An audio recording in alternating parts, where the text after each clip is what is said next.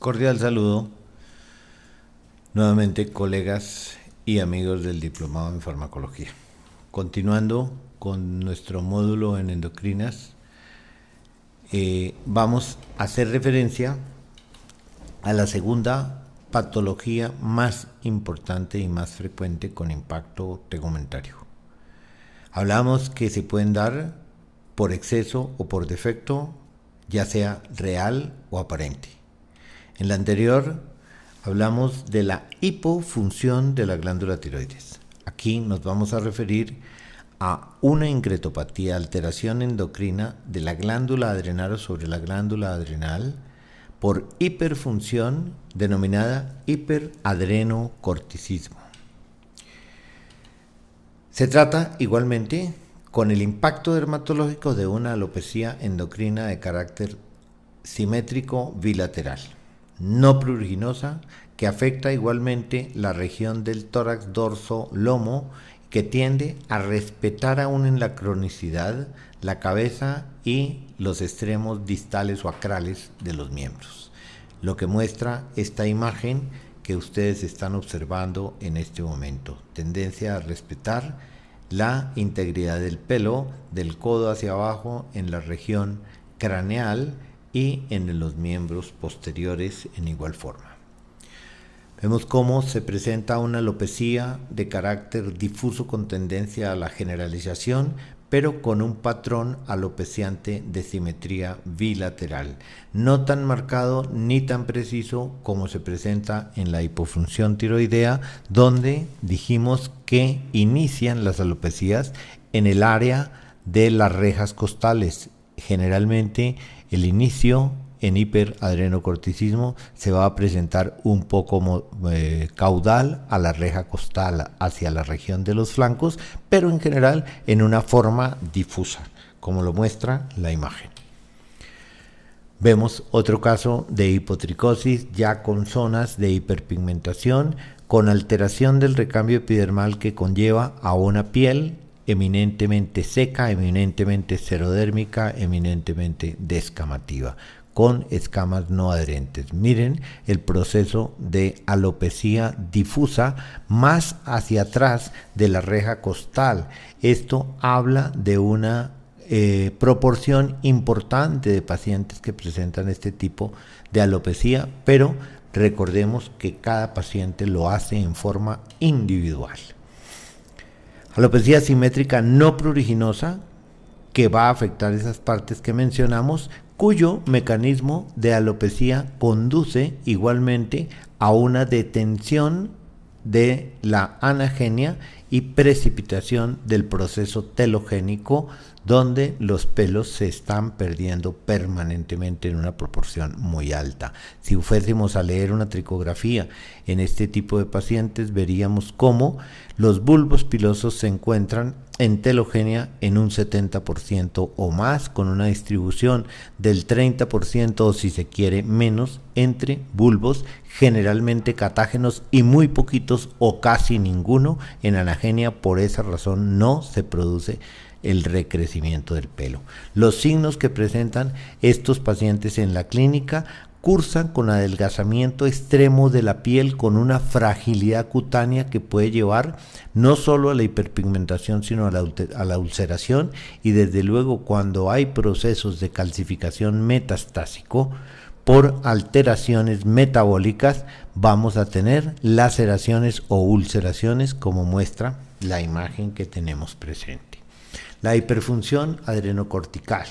Situación normal: en el hipotálamo se libera la CRH, que estimula la hipófisis a su vez para liberar la hormona adrenocorticotropa en forma discontinua, hemos de tenerlo en cuenta, la cual estimula las glándulas adrenales a su vez para liberar cortisol, aldosterona y andrógenos. A su vez el cortisol inhibe por mecanismo de feedback la hipófisis y el hipotálamo en los pacientes sanos. Desde el punto de vista de por qué estamos aquí en la justificación temática, porque sabemos que es la segunda patología como desorden endocrino de incidencia en caninos. El tegumento es un órgano sensible e inequívoco del hiperglucocorticoidismo, tanto del espontáneo como el iatrogénico abusivo. El uso indiscriminado y abusivo de los glucocorticoides y tiene que ver particularmente con el peso de los pacientes. Por ello se ven más afectados los pacientes pequeños, menores de 10 kilogramos de peso. El doctor Harvey Cushing en 1932 describe y encontró los signos clínicos compatibles con exceso de cortisol. Se encuentran patologías de origen hipotalámico por alteración en la producción de CRH, en el hipoficiario por alteración en la ACTH, directamente por excesiva producción de la adrenal, cortisol, y puede ser el iatrogénico o el inducido por suministro de cortisol endógeno. El hipotálamo va a liberar la hormona liberadora de la corticotropina, que estimula la hipófisis para liberar ACTH, que a su vez es la que estimula la adrenal para producir o liberar cortisol.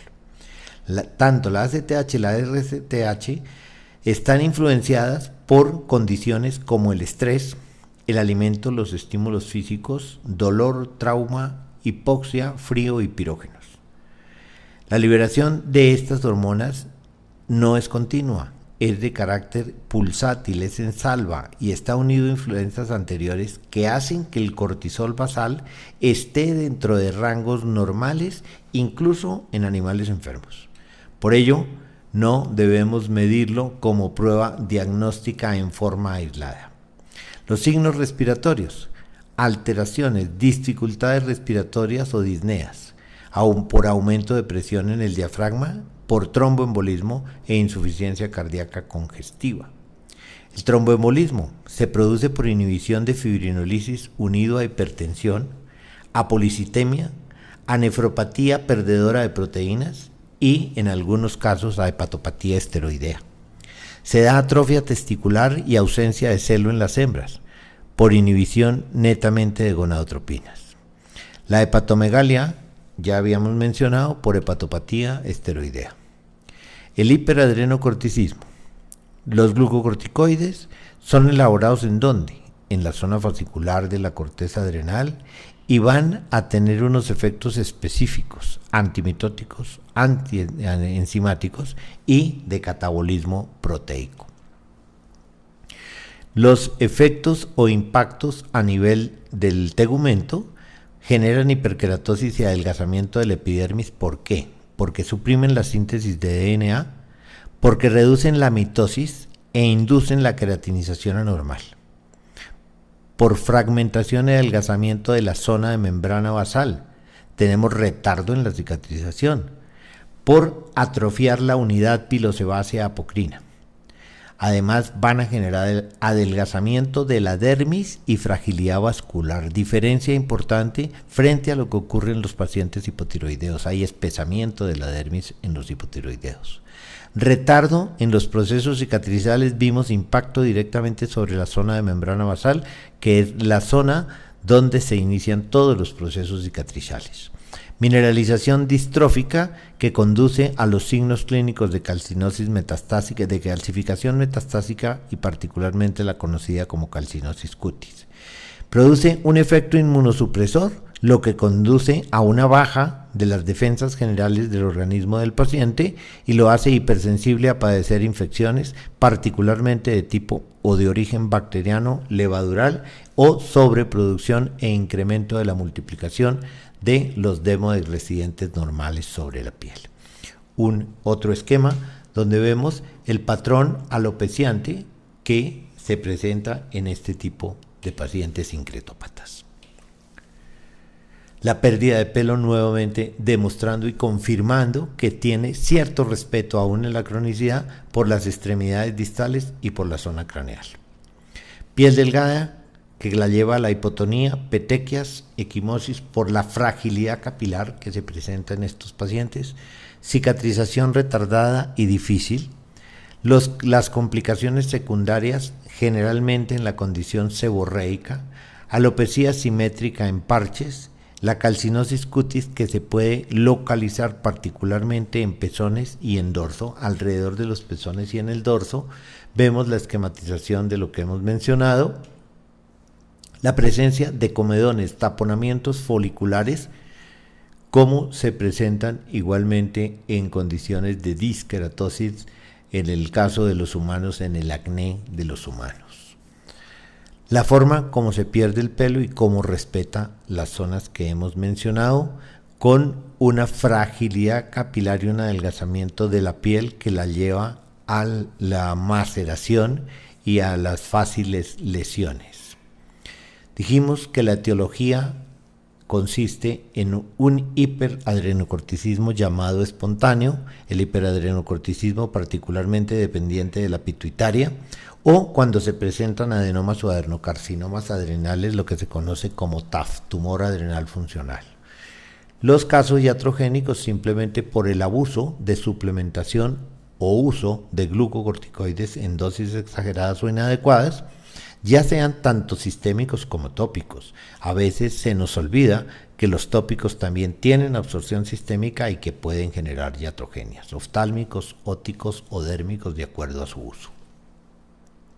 El hiperadrenocorticismo, en definición, es un desorden incretorio común en caninos y muy raro en felinos, aunque también se presenta, por excesiva cantidad de corticosteroides endógenos o exógenos. Exógenos en el caso de la iatrogenia, caracterizados por lo que se conoce como el síndrome de las 3 P's o aún el síndrome de las 5 P's, poliuria, polidipsia, polifagia, con alopecia simétrica bilateral, que es apriurítica inicialmente y que conduce al adelgazamiento o hipotonía de la piel y aún a la atrofia muscular por el catabolismo generado por el exceso de cortisol. Las predisposiciones: 90% de los pacientes son o padecen hiperadrenocorticismo dependiente de la pituitaria y tan solo un 10% de los así afectados son dependientes de tumor adrenal funcional. Desde el punto de vista racial, el hiperadrenocorticismo dependiente de la pituitaria es más frecuente en razas pequeñas y dentro de ellas podemos hacer mención a los salchichas, a los caniches, a los Boston Terrier, a los boxer, aún a los pincher. Y dentro de las razas grandes que se presentan más frecuentemente como TAF dependientes o como dependientes de tumor adrenal funcional. Dentro de los braquicefálicos, igualmente Boxer, Boston Terrier, Pug, Shih Tzu. Y dentro de los no braquicefálicos, los Poodle, los Yorkshire Terrier, los Teckel o salchichas, los Beagle, los Pinscher. Desde el punto de vista de rango etario, los pacientes de edad media a gerontes son los más proclives a padecerla, 6 años o un poco más, generalmente sobre los 8. El adenoma pituitario funcional es la causa más frecuente de hiperadrenocorticismo dependiente de la pituitaria y la mayoría de los pacientes, 80% de los mismos, tienen adenoma en la par distalis. Un 15% con adenomas lo padecen en la pars intermedia y un mínimo porcentaje tiene carcinoma pituitario. 50% de los pacientes con microadenomas son menores a 3 milímetros. Sin signos de sistema nervioso central son aquellas masas menores de 10 a 3 milímetros. Con signología de sistema nervioso central o signología neurológica la cursan aquellos pacientes que tienen macrotumores. Macrotumores los definimos como aquellos tumores que tienen más de 10 milímetros de diámetro y la generación de los signos neurológicos está ocasionada por compresión dorsal que hacen esos tumores o esos macrotumores sobre el tálamo y el hipotálamo. El iatrogénico. La etiología es el uso abusivo, excesivo y además prolongado de glucocorticoides exógenos a fin de controlar patologías específicas particularmente, y la primaria es cuando los médicos no tienen un diagnóstico sobre el prurito que padece el paciente y tratando de enmascarar o de mitigar el prurito suplementan abusivamente a este tipo de pacientes. En patologías alérgicas generalmente y en algunas inmunomediadas donde necesitamos dosis altas de glucocorticoides. Las terapias tópicas crónicas indiscriminadas para controlar condiciones patológicas de oído, de ojo o aún tegumentarias. Se generan niveles constantes de glucocorticoides que lo que van a hacer es una inhibición del hipotálamo y de la pituitaria, inhibiendo la CRH y en consecuencia la ACTH, generando atrofia adrenal de carácter bilateral a la larga. Las pruebas diagnósticas son de hipoadrenocorticismo, desde luego, con signos de hiperadrenocorticismo clínico, forzado por la iatrogenia. ¿Dónde se da más frecuentemente? En pacientes generalmente menores de 10 kilos de peso, además, no solo la utilización abusiva, innecesaria muchas veces, sino sobredosificación de acuerdo al peso. Existen, como en cualquier otra endocrinopatía, signos clínicos que no afectan solamente el aparato tegumentario. Entonces vemos los signos generales, el síndrome PPP, el jadeo y el abdomen péndulo, que hacen las 3 más las 2 condiciones que van a ocasionar lo que se llama el síndrome de las 5 P's.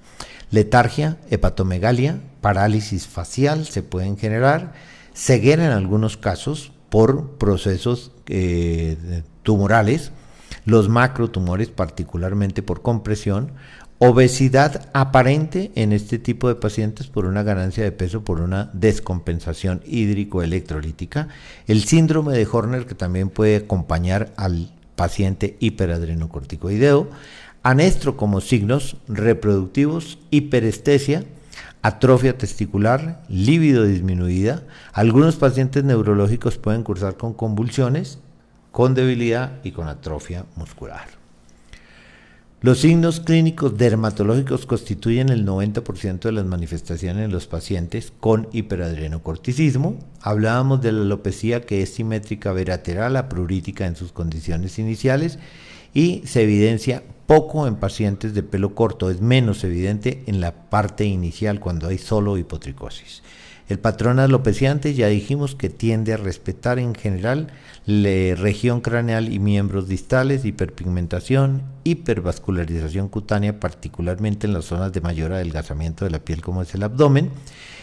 Las pieles son hipotónicas, se arrugan y se vuelven rugosas por la resequedad por la deshidratación.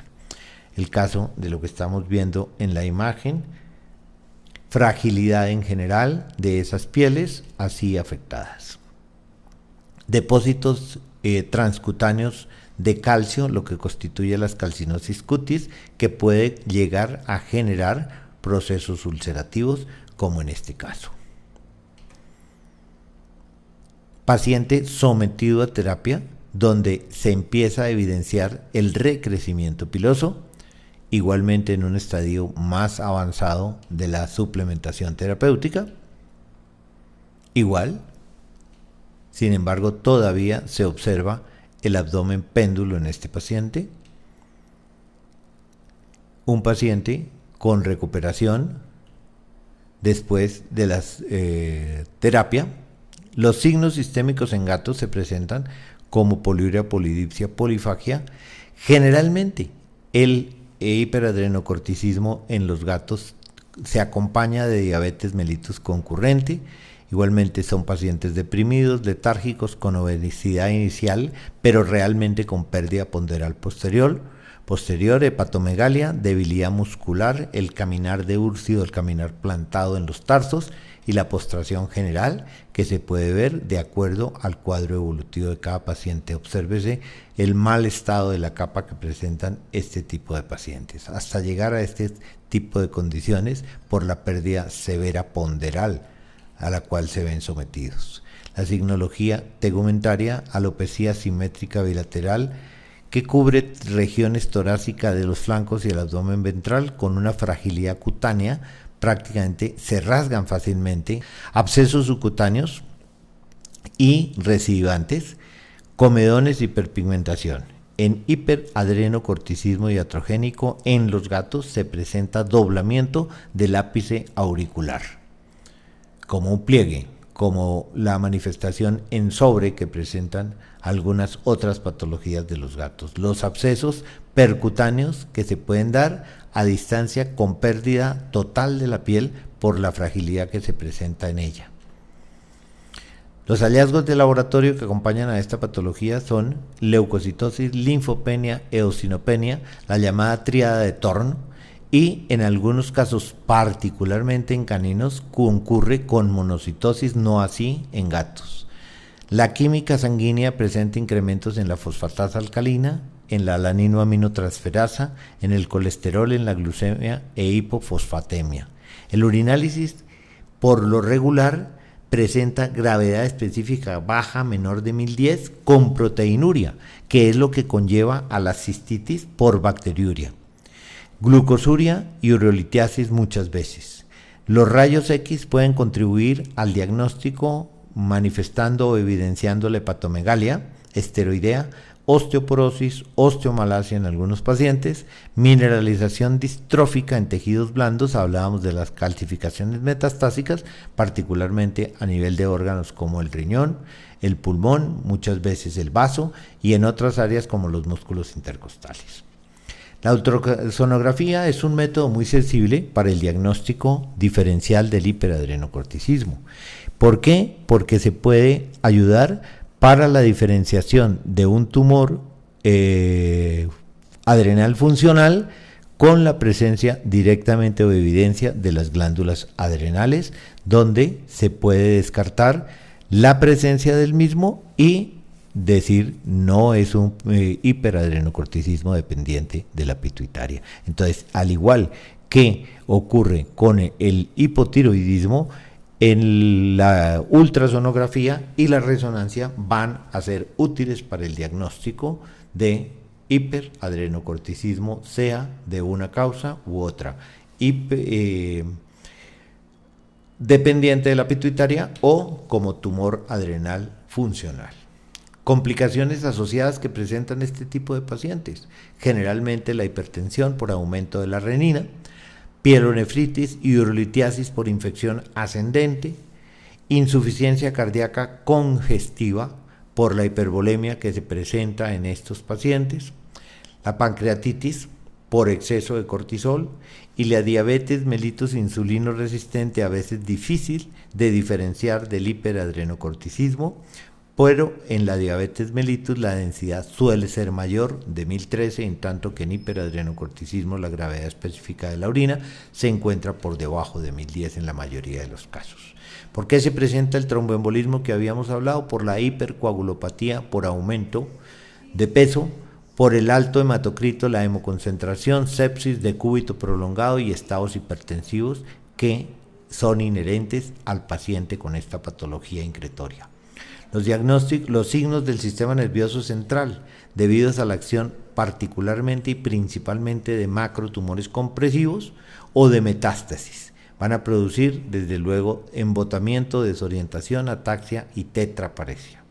El hipotiroidismo secundario que se presenta en los pacientes afectados por hiperadrenocorticismo es debido a la disminución de la producción de TSH que produce el cortisol o por tumor hipofisiario, apareciendo signos de hipotiroidismo secundario. El diagnóstico igualmente reseña, anamnesis, cuadro clínico, las pruebas diagnósticas complementarias y las pruebas funcionales finalmente. El primero, se diagnostica el síndrome de Cushing y luego se determina si el origen es adrenal o es por dependencia de la pituitaria. ¿Cómo se hace? Con un presuntivo con base en catamnesis, anamnesis y signos cutáneos de la endocrinopatía, para partir o para llegar a un diagnóstico compatible sumando el presuntivo más los signos sistémicos que se pueden presentar, como síndrome de 3 o de 5 P's, más atrofia muscular, hepatomegalia y abdomen péndulo. El tentativo, el compatible más los resultados de biopsia. Los rayos X ayudan, la ultrasonografía va a ser importante y la resonancia magnética definitiva. El diagnóstico definitivo lo establecemos con el tentativo más los resultados de estimulación con ACTH y la proporción o radio cortisol creatinina en orina y supresión con dexametasona a dosis bajas. Cortisol en orina no es específico, también puede aparecer en diabetes mellitus y en piómetra. El nunca medir el cortisol basal, La liberación sabemos que es en salvas, es pulsátil, es dependiente de muchos factores y la regulación del feedback se basa en concentraciones totales. La relación radio-cortisol-creatinina es recolectada la orina en la primera hora de la mañana. Si sale negativa, se va a descartar el hiperadrenocorticismo dependiente de la pituitaria, pero en algunos casos puede dar falsos positivos. Cortisol-creatinina en orina es una alternativa importante de aproximación diagnóstica para el hiperadrenocorticismo. Pacientes caninos sanos van a revelar valores de esa relación cortisol-creatinina urinario bajos, entre 5.7 más o menos 0.9.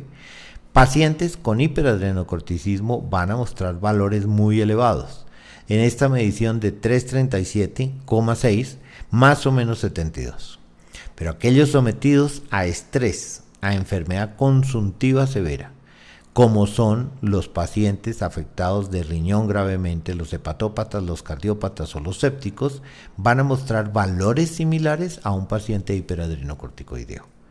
La prueba, como la mayoría de las ayudas diagnósticas en patologías incretorias, no es específica.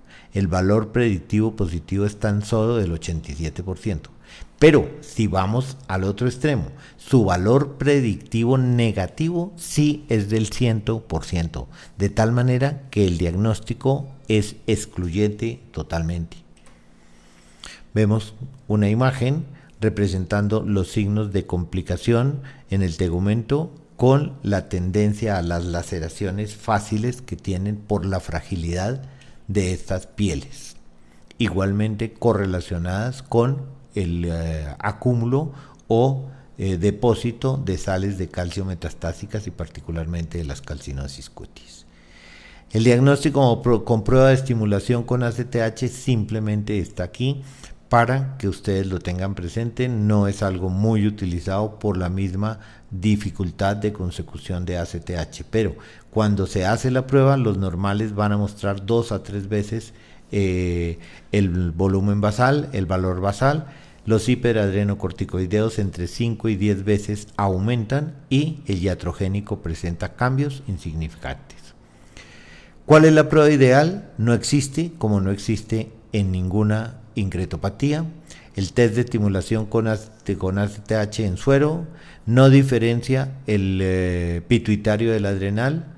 Es el más específico y rápido en 1 hora. La sensibilidad está entre el 80 y 85% de los pacientes con hiperadrenocorticismo. La especificidad del más del 80 y muy pocos falsos positivos. Es ideal para el monitoreo terapéutico, eso sí es importante, recomendado en pacientes tratados con glucocorticoides y con fenobarbital, y el cortisol basal en esencia no debe utilizarse con miras a un diagnóstico de hiperadrenocorticismo porque puede verse altamente falseado en la mayoría de las veces. La prueba de supresión del cortisol con dexametasona a dosis bajas.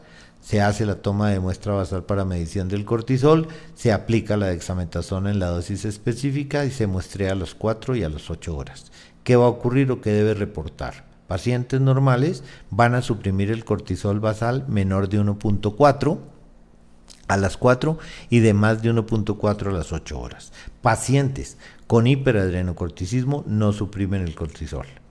Las ventajas de esta prueba: diferencia el hiperadrenocorticismo pituitario del adrenal y es de alta sensibilidad pero de baja especificidad. Pruebas para identificar causa: la supresión de cortisol con dexametasona a dosis altas. Básicamente eso es lo que hace diferenciar del dependiente de la pituitaria del adrenal tumoral. La terapia en pacientes afectados por hiperadrenocorticismo. Cuando presentamos pacientes o identificamos pacientes con tumor adrenal, esencialmente va a ser la adrenalectomía y vemos cómo se presentan diagnósticos a través de rayos X. Se pueden hacer pacientes con TAF, alternativa quirúrgica. Pacientes con dependiente de pituitaria y TAF. Los podemos medicar tanto con mitotán, que es un adrenolítico, cuya dosis inicial sería de 25 a 50 miligramos por kilogramo por día durante 7 a 10 días, para luego de la dosis de inducción sostener una dosis de mantenimiento entre 25 y 50 miligramos por kilo, lo mismo, pero fraccionada 2 o 3 veces por semana durante el tiempo que sea necesario para mantener el paciente estable. Pero esto nos va a llevar o a conducir, siendo un adrenolítico o una terapia adrenolítica, porque produce atrofia, vamos a tener que suplementar necesariamente la cortisona a través de prednisolona a dosis de 0,2 miligramos por kilogramo, de acuerdo a la necesidad y signología clínica que va presentando cada paciente. Existe una terapia adrenostática con inhibidores de la esteroidogénesis adrenal. ¿Cuál es el ejemplo de ellos? Un azólico utilizado como antimicótico, como fungistático, que es el ketoconazol. Suprime la actividad adrenal y la respuesta a la ACTH. Y se va a medicar a 5 miligramos por kilogramo de peso durante los 7 primeros días, con un incremento a 10 miligramos por kilogramo de peso durante los siguientes 14 días. Durante las siguientes 2 semanas ya llevaríamos 3 semanas.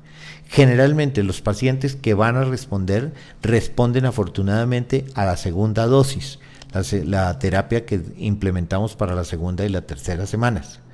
Hay un porcentaje muy bajo de pacientes, generalmente el 75% de los pacientes, que requieren dosis aún más altas de los 10 miligramos por kilogramo de peso y los debemos llevar a 15 miligramos por kilogramo durante los siguientes 14 días para revertir la signología clínica. El problema que tenemos aquí es, 1, el altísimo costo de esta terapia, y segundo, la mayoría de los pacientes hacen hepatotoxicidad, lo que hace insostenible la terapia por riesgo de su propia vida. Otras alternativas terapéuticas. Tenemos hiperadrenocorticismo dependiente de pituitaria por secreción excesiva de ACTH desde la parte intermedia de la pituitaria. Entonces tenemos una alternativa con el hidroclorhidrato de selegilina, el deprenil, de baja toxicidad. ¿Qué hace? ¿Cómo actúa? Es un inhibidor selectivo de la monoamino oxidasa del tipo B. Tener cuidado, pertenece al mismo grupo de la diamidina amitraz que se utiliza como acaricida frente a Demodex. Es un antiparkinsoniano de uso humano y su mecanismo es inhibidor del metabolismo de la dopamina, por eso precursor de la MAO, incrementando concentraciones en hipotálamo y pituitaria, lo que inhibe a su vez la secreción de la CRH y de la ACTH, y ese es su mecanismo de acción. Entonces, la dopamina tiene un efecto inhibidor negativo sobre la ACTH y la ACTH a su vez no va a seguir estimulando la glándula adrenal para producción de cortisol. De esta manera es el mecanismo de acción de la selegilina o deprenil, a dosis de 2 miligramos por kilogramo por día. La alternativa terapéutica actual la tenemos a través del trilostano, de un inhibidor competitivo enzimático. Se conoce también como Desopan, como Modrestane, como Modrenal en uso humano y como Vetoril en medicina veterinaria. Es inhibidor competitivo de la 3-beta hidroxisteroide deshidrogenasa que impide el paso de pregnenolona a progesterona, que inhibe reversiblemente, por fortuna, la producción de cortisol, aldosterona y andrógenos adrenales. Inhibidor enzimático competitivo, en definitiva, de la producción de cortisol. Es una modalidad terapéutica, como la notamos, reversible, que va a alcanzar su máximo nivel de acción entre las 2 y las 6 horas post administración vía oral. Su acción alcanza 24 horas en 70-80% de los pacientes, en menos de 12 horas en el 20 o 30% de los caninos. La medicación cada 12 horas es eficaz definitivamente para la totalidad de los pacientes, por cuanto vimos anteriormente. Hay un grupo de pacientes que responde correctamente a la medicación cada 12 o a la medicación cada 24. y solo unos pocos responden a la medicación cada 24. Entonces, la totalidad de la población responde muy bien cuando los medicamos cada 12 horas. Tener en cuenta que este tipo de pacientes pueden también presentar reacciones adversas, y dentro de esas reacciones adversas se han reportado muy pocas, pero existen necrosis de la glándula adrenal con la utilización de trilostano. Vemos cómo la imagen superior muestra el paciente pre y la imagen de la izquierda abajo muestra el paciente post tratamiento con la recuperación del pelo y vías de estabilización. La respuesta tegumentaria tarda aproximadamente 3 meses con el trilostano. En las primeras semanas de tratamiento, los signos dermatológicos en algunos pacientes tienden a empeorar, pero luego el pelo crece y crece con pigmentación, con melanotriquia, entonces crece más oscuro. Esas son respuestas esperables que también deben advertirse a los propietarios. La ventaja del trilostano que se puede utilizar cualquiera sea la condición de nuestro paciente y la causa del hiperadrenocorticismo. Funciona tanto en los dependientes de pituitaria como en los de tumor adrenal funcional, pero no como quimioterapia para reducir el tamaño tumoral. El tumor seguirá creciendo. Entonces, en tumor adrenal funcional es mejor la utilización o de la alternativa quirúrgica o la utilización del Lisodren o PDD o mitotar. Se ha demostrado que además tiene una ventaja aditiva, y es que aumenta la tiroxinemia durante el tratamiento y revierte las manifestaciones de hipotiroidismo secundario generado previamente por el exceso de cortisol, y no hay necesidad en estos pacientes tratándose de hipotiroideos secundarios de suplementar levotiroxina sódica. La posología del trilostano: 2 a 5 miligramos kilo día en una sola dosis o dosis fraccionada cada 12 horas. Vimos cómo definitivamente los pacientes responden mejor a la dosificación cada 12 horas vía oral, y la dosis promedio es de 1 a 2.5 miligramos kilo cada 12 horas para la mayoría de los pacientes. La presentación comercial es de cápsulas por 30, 60, 120 o 240 miligramos. Debe suministrarse en lo posible con el alimento y así evitar efectos indeseables. Los más comunes, aunque son pocos, son vómitos y letargia. Pueden presentarse desórdenes electrolíticos compatibles con hipoadrenocorticismo, con condición de Addison, con síndrome de Addison, pero eso depende del monitoreo que se va a hacer a cada paciente, a menos de las reacciones idiosincráticas impredecibles que también se pueden presentar. Una terapia promisoria que aún está en estudio es la utilización de ácido retinoico, pero particularmente del ácido 9-cis-retinoico. Parece que produce inhibición y bloqueo de receptores para la activación de la pro-opiomelanocortina, que es un precursor de la CRH. Su acción es el bloqueo del crecimiento y proliferación de las células de los corticotrofinomas, con reducción del adenoma por incremento de la apoptosis. Efectividad y seguridad hasta el momento en 42 pacientes con hiperadrenocorticismo dependiente de la pituitaria, estudios hechos por el doctor Víctor Castillo en la Argentina. La dosis 2 miligramos kilo día, y hasta ahora llevaba en su estudio reportado, al menos el que yo conozco, 6 meses de evolución sin signos y sin complicaciones secundarias. Nutricionalmente, este tipo de pacientes son hipercortisolémicos que generan resistencia a la insulina y por tanto intolerancia a la glucosa.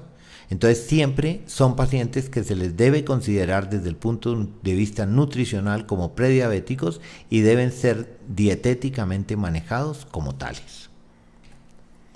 Alimentos bajos en densidad calórica y con alto contenido de fibra, en esencia aquellos productos que suministren 1750 kilocalorías por libra de peso y por lo menos con un 10% de fibra en su contenido. Pacientes afectados por hiperadrenocorticismo que tienen o padecen igualmente signos como la cola de rata que les había mencionado en hipotiroidismo canino, para demostrar en esta imagen que esta condición no es exclusiva de los pacientes hipotiroides. Muchas gracias, colegas y amigos. Hasta aquí esta segunda presentación del módulo de enfermedades incretorias en farmacología clínica.